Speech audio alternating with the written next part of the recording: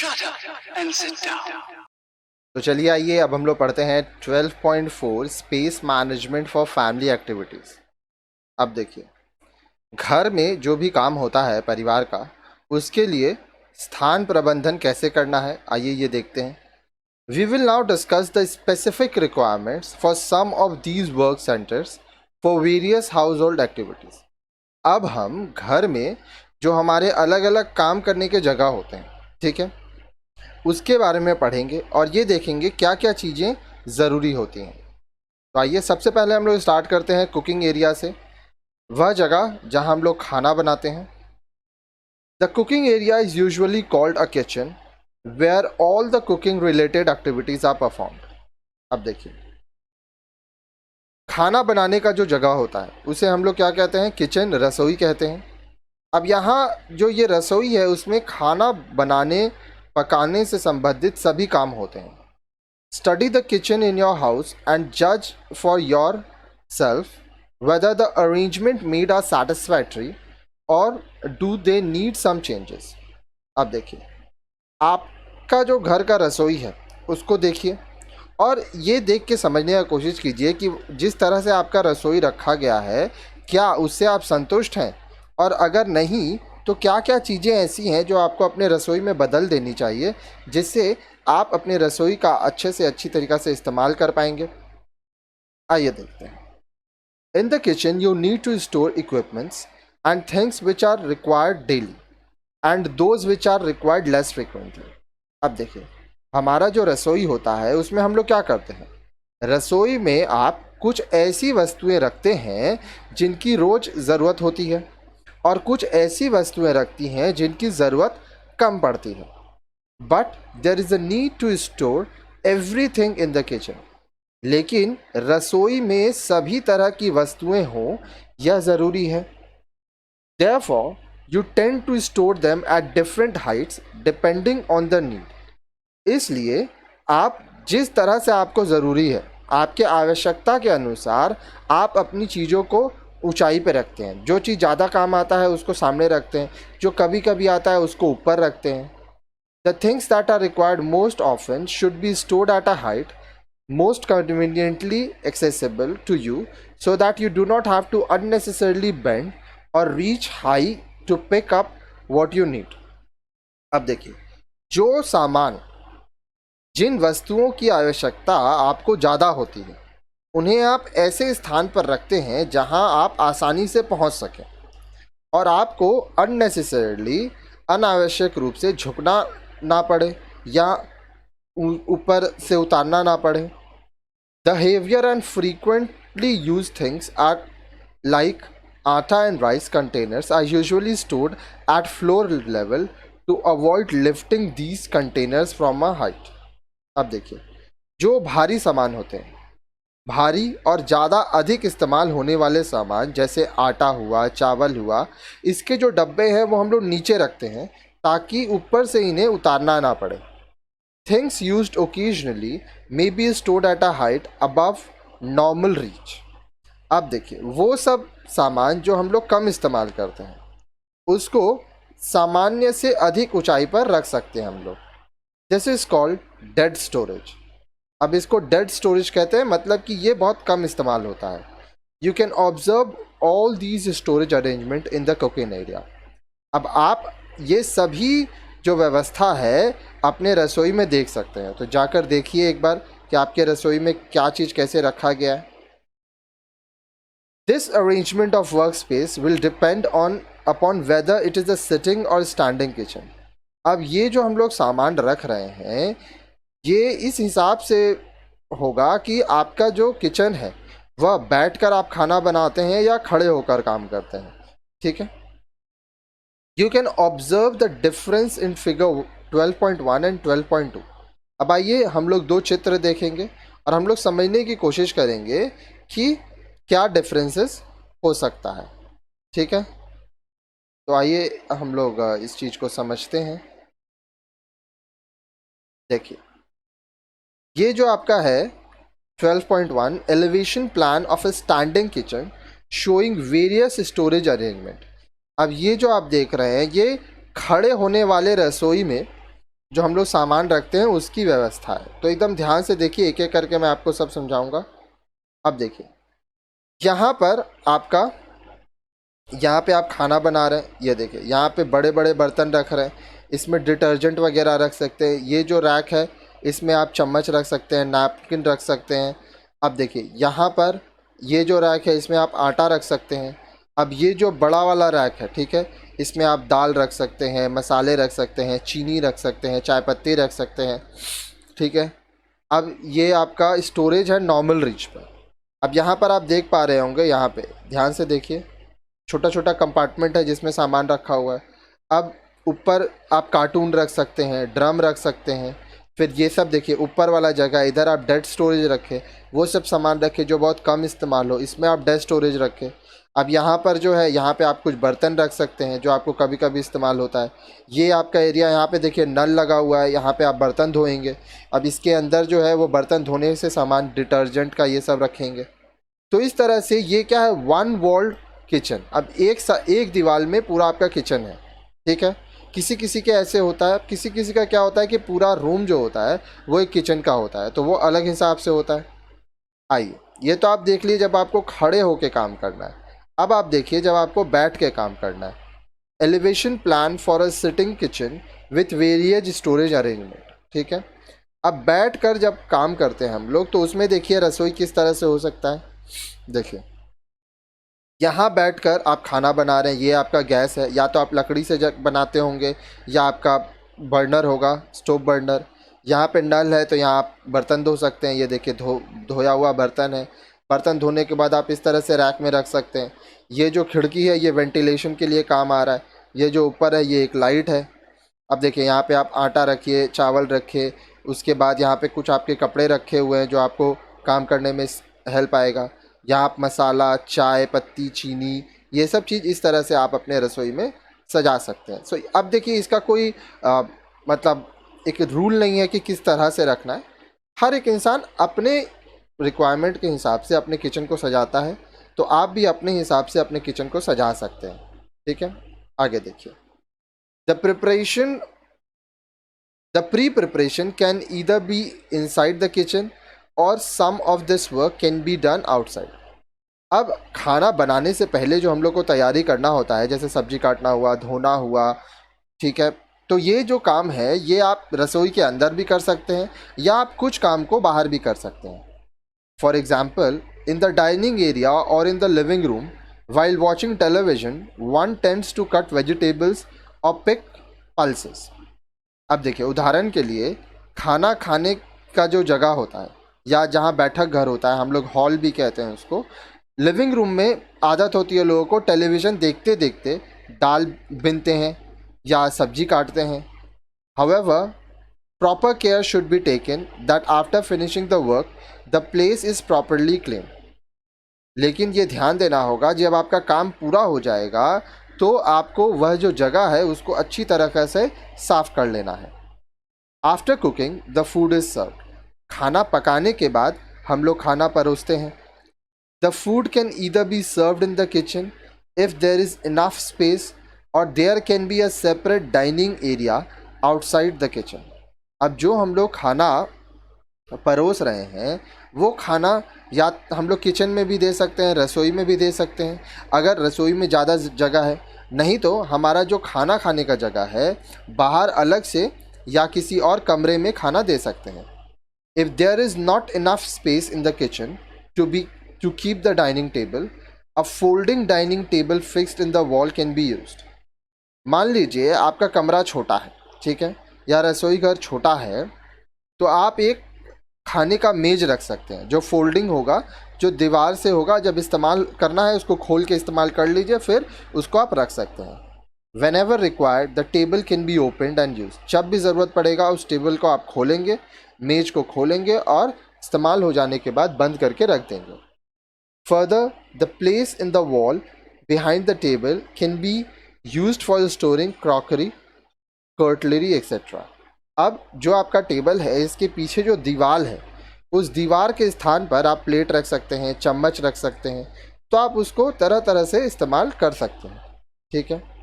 अब आइए मैं आपको एक एग्जांपल दिखाता हूँ फोल्डिंग डाइनिंग टेबल का। अब देखिए, ये आपका फोल्डिंग डाइनिंग टेबल है। ये यहाँ पे आप देख पा रहे होंगे, इसका डंडा है। अब जब इस्तेमाल हो जाता है, इसको आप उठा देंगे तो ये जो टेबल है ये इस दीवार में सट जाएगा, ठीक है। और ये दीवार के पीछे आप चाहें तो एक रैक बना के काफ़ी सारा सामान रख सकते हैं। तो जब आप अपना घर बनाएं तो आप इंटीरियर डेकोरेटर को भी बुला सकते हैं, वो आपको अच्छा अच्छा आइडिया देगा। और आजकल तो देखिए यूट्यूब का ज़माना है, तो यूट्यूब में आप तरह तरह के वीडियोस देख के खुद भी सीख सकते हैं। Utensil washing area should also be near the cooking area as far as possible, because water is required at each stage of cooking: pre-preparation, preparation, serving and cleaning. अब देखिए, बर्तन धोने का जो स्थान होता है वह खाना बनाने के आसपास ही होना चाहिए। जो अगर आप खाना बना रहे हैं वहीं पर, क्योंकि खाना बनाते समय पानी की आवश्यकता होती है, जैसे तैयारी करने के समय, परोसने के समय, सफाई करने के समय। If there is no regular water supply then a provision can be made for storing water in or near the kitchen. अब मान लीजिए जो पानी है वहाँ पे नल नहीं है, तो रेगुलर पानी नहीं आ सकता, तो आपको पानी वहाँ पे बाल्टी में आप करके रख सकते हैं, या आप वहाँ पे अलग से टंकी लगा सकते हैं जिससे आपको पानी मिले, ठीक है। तो डिपेंड करेगा कि आपका किचन किस तरह से है, वहाँ पे सिचुएशन कैसा है, ठीक है। आगे देखिए, आगे बोल रहा है depending on the space available all the above provisions need to be made there. अब आपके ऊपर ये निर्भर करेगा कि आप किस तरह से अपनी जगह को रखें। तो आपके पास कैसा जगह है, उसके ऊपर यह निर्भर करेगा कि आप अपनी व्यवस्था कैसे करेंगे। There are various layouts for kitchen in which these arrangements can be made. अब देखिए, रसोई के अलग अलग किस्म होते हैं, अलग अलग प्रकार के रसोई होते हैं जो लोग इस्तेमाल करते हैं। In these layouts the work centres are arranged in the following ways. अब यह जो हम लोग का लेआउट होता है, यह इसमें हम अलग अलग तरीके से अपना किचन रख सकते हैं। तो ये सब डिपेंड करेगा आपका घर कितना बड़ा है। एक होता है वन वॉल्ड किचन, एक दीवार की रसोई। In small houses, such a kitchen is provided where all the arrangements for preparation, cooking, storing and washing are made on one wall only. अब जो छोटे मकान होते हैं उनमें ऐसी रसोई की व्यवस्था होती है जहां खाना पकाने की व्यवस्था एक ही दीवार पर हो, साथ ही साथ सब कुछ खाना को रखना, साफ सफाई सब आप एक ही जगह पे कर सकें। वन वॉल किचन का हम आपको आगे भी एग्जांपल बताए थे। अब देखिए, यहाँ पे डेड स्टॉक है ये सब, यहाँ पे आपके बहुत सारे मसाले, चाय पत्ती, फिर चीनी, ये सब रख सकते हैं। इस सारे नीचे आप आटा चावल रखें, यहाँ पे भी आप भारी भारी सामान रख सकते हैं। यहाँ पे आपका गैस बर्नर है, ये आपका एग्जॉस्ट लगा है ताकि जो तेल निकले, धुआं निकले, वो इससे बाहर जाए। यहाँ पे आप चम्मच वगैरह रख सकते हैं। यहाँ बर्तन आप धोएंगे, बर्तन धोने के बाद यहाँ ऊपर आप बर्तन सजाएं तो जो पानी गिरेगा वो यहीं नीचे गिरे। तो इस तरह से आप डिज़ाइन कर सकते हैं। और अगर आप खुद से डिज़ाइन करना चाहें तो भी आप कर सकते हैं। खुद से ना समझ आए कैसे बढ़िया से डिज़ाइन करना है तो इंटीरियर डेकोरेटर का हेल्प लीजिए। एक होता है टू वॉल किचन। अब ऐसा किचन रसोई जिसमें दो दीवार होता है। Here two wall facing each other are used for the kitchen arrangement.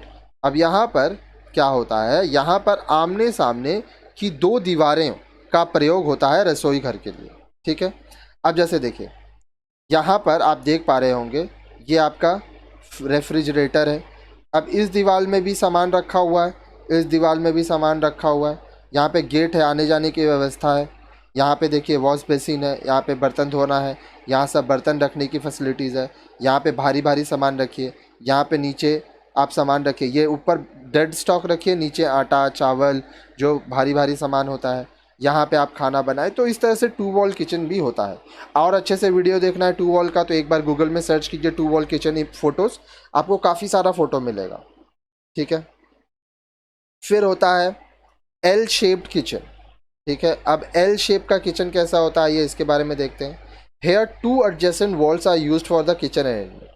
L shape में दो साइड को इस्तेमाल किया जाता है, ठीक है। अब जैसे देखिए, या ये एक दीवार इस्तेमाल किया, यहाँ पे एक दीवार इस्तेमाल किया, ठीक है। तो ये जो है ये आपका एल शेप्ड है। फिर आप इसमें ये देखिए, यहाँ एग्जॉस्ट है, यहाँ पे आप खाना बनाएंगे, यहाँ पे हो सकता है बर्तन धोए, तो अपने हिसाब से इस्तेमाल करें। यहाँ पे एक चीज़ आप देख पा रहे हैं, फोल्डिंग टेबल भी है, तो आप इसका भी इस्तेमाल कर सकते हैं। ठीक है, आगे देखिए, नेक्स्ट है यू शेप्ड किचन। अब यू शेप में क्या होता है, ये देखिए, यू शेप बोल रहा है here 3 adjoining walls are used for kitchen arrangement। U shape में 3 दीवार, देखिए, एक दीवार, 2 दीवार और ये 3 दीवार का इस्तेमाल होता है किचन के लिए, और हम लोग सामान रखते हैं। तो ये डिपेंड करेगा कि आपके पास कितना जगह है, उस जगह के ऊपर आप किस तरह से इस्तेमाल कर रहे हैं। ठीक है, नेक्स्ट होता है बेदिंग एरिया। घर का जो बहुत महत्वपूर्ण जगह है वो है स्नान घर, जहाँ पर आप नहाते हैं, साफ़ सफाई करते हैं। अब देखिए, स्नान घर में आप, पहले मैं आपको ये दिखाता हूँ, ये एक तरह का वॉशरूम है, इसको कमोड कहते हैं। ये वेस्टर्न स्टाइल है, ठीक है, जहाँ पॉटी करते हैं। ये इंडियन स्टाइल भी होता है, यहाँ आप टॉवल रख सकते हैं। अब ये जो पर्दा है, इस पर्दा को अगर आप टानेंगे तो उसके बाद ये जो एरिया है, इसमें आप, यहाँ पे शावर है, टैप है, बाल्टी है, यहाँ आपका साबुन वगैरह, शैम्पू वगैरह आप रखेंगे। यहाँ पे वॉश बेसिन है, ठीक है, उसके यहाँ पे कपड़ा है। फिर यहाँ पे आप अपना ब्रश, मंजन और भी तरह तरह की चीज़ें रख सकते हैं। ये खिड़की है जो वेंटिलेशन के लिए काम आएगा। ठीक है, अब नहाते समय तो आप खिड़की नहीं खोल सकते, तो बहुत लोग एग्जॉस्ट फैन लगाते हैं। So depending on your requirement and the space you have to design your washroom. अब देखिए, washing of clothes and bathing are usually done in the washroom. अब नहाने का जो हमारे घर होता है, उसमें नहाने या कपड़े धोने का काम किया जाता है। Therefore, a bathroom needs storage area for soaps, washing powders, oils, other toiletries and bath linen। इसलिए जो एक स्नान घर होता है, जिसको हम लोग वॉशरूम, बाथरूम कहते हैं, उसमें नहाने का साबुन होता है, कपड़े धोने का साबुन होता है, तेल होता है, और भी बहुत सारी सामग्री होती है। साथ ही साथ तौलिया रखने के लिए जगह होता है। फिर हमारा जो ब्रश है, मंजन है, डिटर्जेंट है कपड़ा धोने का, ये सब रखने का भी जगह होता है। फिनाइल हम लोग रखते हैं, तो काफ़ी सारी चीज़ें हैं। In addition, it needs to have proper water supply and drainage facility. इसके साथ साथ आपका जो बाथरूम है, वहाँ पर पानी की व्यवस्था अच्छी से होनी चाहिए। साथ ही साथ नाली होना चाहिए जिससे पानी निकले। The floor of the bathroom must have a slope lending to the main drainage point. The floor should also be non-slippery। अब आपके जो स्नान घर का फर्श है, वो इस ढलान में बना होना चाहिए ताकि जो नाली है उसकी तरफ सारा पानी चला जाए। और जो फर्श है बाथरूम का, वो ऐसा ना हो जो फिसले, क्योंकि अगर फिसलेगा तो चोट लग जाएगा। Care should be taken to locate all electrical points in a manner that they are away from water source to prevent any accident। ये भी ध्यान देना होगा कि जो आपका बिजली का कनेक्शन है, वो पानी के स्रोत से दूर होना चाहिए ताकि कोई दुर्घटना ना हो। आमतौर पर लोग जो स्विचेस है वो बाथरूम के बाहर रखते हैं, गेट के पास, और कुछ लोग अंदर रखते हैं, तो वो इस हिसाब से रखते हैं ताकि अंदर कोई दुर्घटना ना हो जाए। आगे देखिए, if a washing machine is used for washing clothes, then there should be provision for keeping it in the bathroom or in an area specially assigned for washing clothes। अब मान लीजिए आपका जो घर का कपड़ा है वो आप वॉशिंग मशीन में खींचते हैं, तो इस केस में क्या करना होगा, या तो आप बाथरूम के अंदर ही वॉशिंग मशीन रख लें, और अगर अंदर जगह नहीं है तो एक स्पेसिफिक जगह होना चाहिए जहाँ पे कपड़ा धोना है, वहाँ पे वॉशिंग मशीन रखिए। Adequate arrangement must be made there to store soiled clothes so that you do not have to collect them from every nook and corner of your house। अब जो मैले कपड़े होते हैं, इनको रखने का भी आपका जगह होना चाहिए। ऐसा ना हो कि जब कपड़ा धोना है तो घर के हर एक कोना पर आप जाके कपड़ा इकट्ठा कर रहे हैं। The area for drying the clothes, that is the clothes line, should be near the washing area so that unnecessary movement between the washing and drying area is avoided। अब देखिए, कपड़े सुखाने का जो जगह होता है वो भी आप अपने वॉशिंग एरिया के पास रखिए। ठीक है, इससे आपको इधर उधर कपड़ा लेके घूमना नहीं पड़ेगा। साथ ही साथ जो आपका वॉशिंग मशीन का एरिया है, आप ये भी ध्यान दें कि वो एरिया ऐसा जगह हो जहाँ पे प्रॉपर इलेक्ट्रिसिटी का पॉइंट हो, क्योंकि वॉशिंग मशीन चलाने के लिए आपको इलेक्ट्रिसिटी का ज़रूरत पड़ेगा। अब जो नेक्स्ट टॉपिक है वो है स्लीपिंग एरिया। हम लोग कुकिंग देख लिए, बैथिंग देख लिए, नहाना देख लिए, अब हम लोग स्लीपिंग एरिया, सोने की जगह के बारे में बात करेंगे। Sleeping area is usually allocated in the bedroom. सोने का जो जगह होता है वो आमतौर पर सामान्यतः बेडरूम में होता है, जिसको शयन कक्ष भी कहते हैं। The bedroom is meant for resting, sleeping and dressing. अब हमारा जो बेडरूम है वहाँ हम क्या करते हैं? आराम करते हैं, सोते हैं, तैयार होते हैं, कपड़ा पहनते हैं। In addition it can also be use for study purpose. अब इसके अलावा हमारा जो बेडरूम है इसको हम पढ़ाई करने के लिए भी इस्तेमाल कर सकते हैं। Proper arrangement of a study table, light and space for storing books will have to be made for it. अब देखिए, पढ़ने के लिए हम लोग को टेबल चाहिए, लाइट चाहिए, जगह चाहिए किताबें रखने के लिए, तो इसका भी अरेंजमेंट करना होता है। अब इसके लिए आप अपने बेडरूम में एक अलमीरा रख सकते हैं जहाँ पे आप अपना बुक शेल्फ बना लें, उसमें सारे किताब का सामान रखें, पढ़ने का सामान रखें। If the bedroom is small, then the beds can be so made that children's bed can be under the big bed and pulled out whenever required. अब मान लीजिए आपका जो रूम है वो छोटा है, तो आप बिस्तर को इस तरह से रखें कि बड़े बिस्तर के नीचे एक छोटा बिस्तर हो जो बच्चों के लिए इस्तेमाल किया जाए, और जब ज़रूरत पड़े उस छोटे बिस्तर को हम लोग टान के इस्तेमाल कर लें। Also bunk beds and folding beds can be used, or an ordinary charpai can be used which can be moved out when it is not required. अब देखिए, इसके साथ साथ जो बंक बेड होता है, ठीक है, मतलब एक के ऊपर एक जो पलंग होता है वो बनवाया जा सकता है, ठीक है। या तो हम लोग चारपाई का भी इस्तेमाल कर सकते हैं जिसको बाद में हम लोग बाहर निकाल के रख सकते हैं। फोल्डिंग भी आता है, उसको भी हम लोग इस्तेमाल जब करेंगे खोल के इस्तेमाल कर लो, फिर बाद में उसको हटा दो। In the bedroom the beds can have boxes or drawers which can be used for storage in place of cupboards or shelves. अब हमारे जो बेडरूम है इसमें हम लोग पलंग का बॉक्स बना सकते हैं, दराज बना सकते हैं। इसका प्रयोग हम लोग सामान रखने के लिए कर सकते हैं। आजकल तो कबोर्ड, सेल्फ, वार्डरोब ये सब बहुत फेमस है। For easier cleaning under such beds these can be provided with wheels. अब सफाई में आसानी हो इसलिए ये जो पलंग होते हैं इनमें पहिए लगाए जाते हैं। Enough space on both sides of the bed should be left in order to facilitate the making of bed. अब देखिए, पलंग के दोनों ओर काफ़ी जगह छोड़नी चाहिए ताकि जब हम लोग चादर ठीक करेंगे, चादर बिछाएंगे तो अच्छे से बिछा पाएँ। अब आइए आपको मैं दिखाता हूँ यहाँ पे क्या क्या तरह का बेड होता है। ये एक तरह का बेड है। अब ऊपर मम्मी पापा सोएं, ये नीचे बच्चों का है, इसको आप बाहर की तरफ खींच लें, फिर जब इस्तेमाल हो जाए तो अंदर की तरफ डाल दें। ये हो गया same level bed to give more space.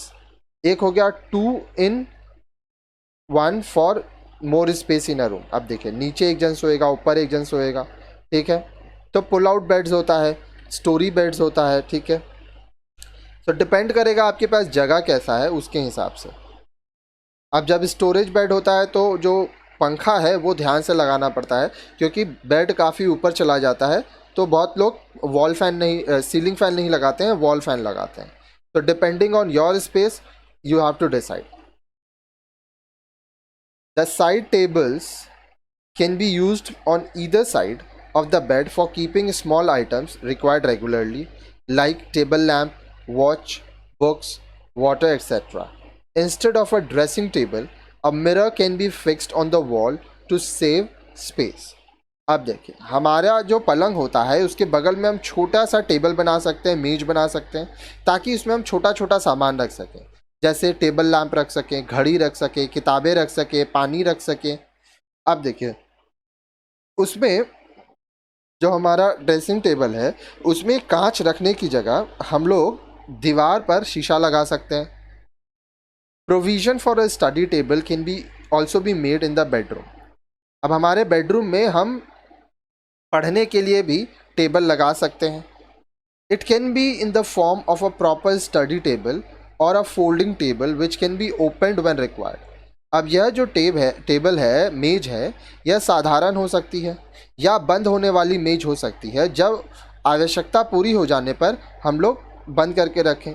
ज़रूरत है खोलिए, ज़रूरत पूरा हो गया बंद करके रख दीजिए।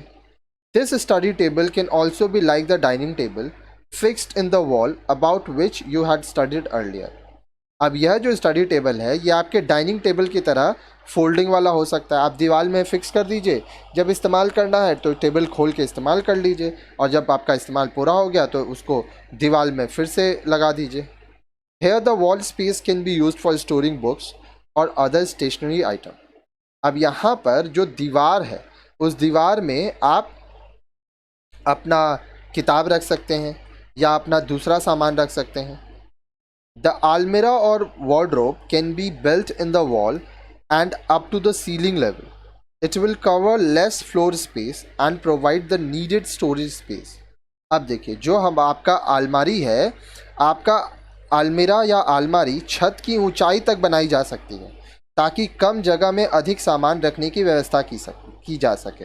अब देखिए, जो अलमीरा एकदम ऊपर की तरफ होगा वहाँ पे वो सब सामान रखेंगे जो सामान बहुत कम इस्तेमाल होता है। उदाहरण के रूप में मान लीजिए, अब आपके जो ऊनी कपड़े हैं वो तो सिर्फ आपको ठंड के मौसम में ज़रूरत है, तो ठंड के टाइम में ऊपर में रख दीजिए, ऊपर से उतार लीजिए, माफ़ कीजिएगा, और ठंड के टाइम के बाद उसको ऊपर में रख दीजिए। साथ ही साथ जो पार्टी वेयर होता है, जो आप लोग पार्टी में पहन के जाते हैं, वो तो हर समय नहीं पहनते हैं, तो उसको भी ऊपर रख दीजिए। जब इस्तेमाल करें तब उसको निकालिए। If the sleeping area is to be provided in the living room itself, as in the case of one-room apartment, then a divan or folding beds can be provided for sleeping. अब मान लीजिए हम लोग का जो living area है, ठीक है, वहीं पर अगर सोने की व्यवस्था करनी होगी, जैसे कि एक कमरे वाले मकान में किया जाता है, तो हम लोग फोल्डिंग पलंग का इस्तेमाल कर सकते हैं, दीवान की व्यवस्था कर सकते हैं।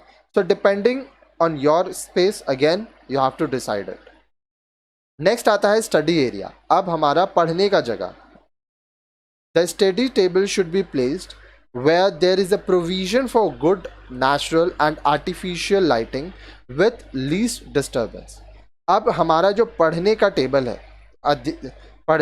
स्टडी टेबल, वो ऐसी जगह रखी जानी चाहिए जहाँ कम से कम शोर हो और अधिक से अधिक प्राकृतिक और अन्य प्रकाश की व्यवस्था हो। ठीक है, It can be in a bedroom as discussed earlier, or it can be clubbed with the dining room using the dining table for writing. अब देखिए, अब ये जो पढ़ने का आपका जगह होना चाहिए, ये आपके बेडरूम में भी हो सकता है, जैसे हम लोग आगे पढ़े, या तो जो आप लोग का खाना खाने का कमरा है उसमें आप इस्तेमाल कर सकते हैं। तो जो आपका डाइनिंग टेबल है वो तो देखिए सिर्फ खाना खाने के समय इस्तेमाल होता है, तो उसमें लिखने के लिए आप इस्तेमाल कर सकते हैं।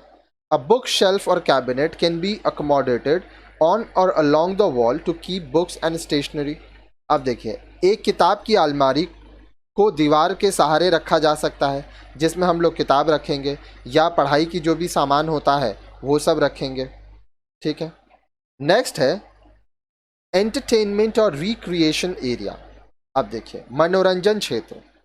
तो घर में मनोरंजन कैसे होगा? Entertainment area is where all members of the family get together, chat, watch TV and do any similar work. अब देखिए, मनोरंजन का स्थान कौन सा होता है? परिवार के सभी सदस्य जहां इकट्ठे होकर बातचीत करते हैं, टीवी देखते हैं या इस प्रकार के कोई काम करते हैं, उसी जगह को मनोरंजन क्षेत्र एंटरटेनमेंट एरिया कहा जाता है। This can either be in the drawing room और there can be a separate living room और अ लिविंग कम बेडरूम। अब यह जो कमरा है, यह कमरा बैठक हो सकता है या मिला जुला जो आपका बेडरूम है वो भी हो सकता है। Formal entertainment should be in the drawing room. अब देखिए, जो औपचारिक मनोरंजन का क्षेत्र होता है वो लिविंग रूम होता है जहाँ, या ड्राइंग रूम होता है जहाँ परिवार के सभी सदस्य बैठते हैं। If this room is large enough, it can be divided into two parts, one for sitting purpose where sofa sets, chairs, tables etc. can be arranged and the other for dining. अब यह जो room है, यदि यह कमरा बड़ा है तो इसको दो भागों में बांटा जा सकता है। एक जगह ऐसा जहाँ पे बैठने के लिए सोफ़ा, कुर्सी, टेबल रखा जाए, और दूसरा जगह ऐसा हो जहाँ खाना खाने के लिए इस्तेमाल किया जाए। The divider between the two areas can have shelves which can be used for displaying or storing various things. अब अगर उस जगह को आप अलमारी के प्रयोग से वहाँ पे डिवाइड कर सकते हैं, ठीक है। अब जो अलमीरा है आपका, उसको आप इस्तेमाल कर सकते हैं, उसमें तरह तरह के सामान रख सकते हैं। आगे देखिए, if the divider has an arrangement of a folding table in it, then the space of the room can be use for living room or children's play room. अब आपका जो अलमीरा है, अगर उसको आप बंद कर सकते हैं, वो फोल्डिंग है, तो क्या होगा, आप उसको फोल्ड करके रख देंगे तो आपका जगह बड़ा हो जाएगा। उसको आप बच्चों के लिए इस्तेमाल कर सकते हैं ताकि वहाँ पे वो खेल सकें। उसको आप लिविंग रूम के लिए इस्तेमाल कर सकते हैं। अब देखिए, यहाँ पे आप सोफ़ा कम बेड देख रहे हैं, तो इसके लिए हम आपको आगे बताए थे, ये जो आप पोर्शन देख रहे हैं ये बेड का एक्स्ट्रा हिस्सा है, ठीक है। ये सोफ़ा के नीचे चला जाता है, यहाँ पे आप जनरली बैठते हैं। रात को इसको पूरा हम लोग ओपन कर देते हैं और पूरा का इस्तेमाल करते हैं, ठीक है। आगे देखिए, as mentioned earlier, the living room can also be converted into a guest room at night, where folding beds can be spread out as per requirement. Further, the furniture can be so provided that the living room can be used for sleeping at night. A sofa cum bed can be used as a sofa during the day and converted into a bed at night. अब देखिए, जैसा कि हम लोग पहले ही बता चुके हैं आपको कि जो हमारा लिविंग रूम है, जहाँ पे बैठक का क्षेत्र होता है, रात के समय वहाँ पे अगर हम लोग फोल्डिंग पलंग लगा दें तो वहाँ मेहमान सो सकते हैं, ठीक है। अब यहाँ पे सोफ़ा कम बेड का भी हम लोग इस्तेमाल कर सकते हैं। सुबह उसको सोफ़े की तरह इस्तेमाल करेंगे, रात को बेड की तरह इस्तेमाल करेंगे। तो बहुत सारा ऐसा फर्नीचर आता है जिसको आप इस्तेमाल कर सकते हैं अपने घर के परिस्थिति के अनुसार, ठीक है। तो आपको ये ध्यान देना होगा कि आपके घर में जगह कितना है और आप उसमें क्या क्या एक्सपेक्ट कर रहे हैं, और उस हिसाब से आप अपना फर्नीचर बनाएंगे। तो नेक्स्ट वीडियो में अब आप पढ़ेंगे 12.5 concept of a one room house. एक कमरे वाले घर कैसे होते हैं उसके बारे में आप नेक्स्ट वीडियो में पढ़ेंगे।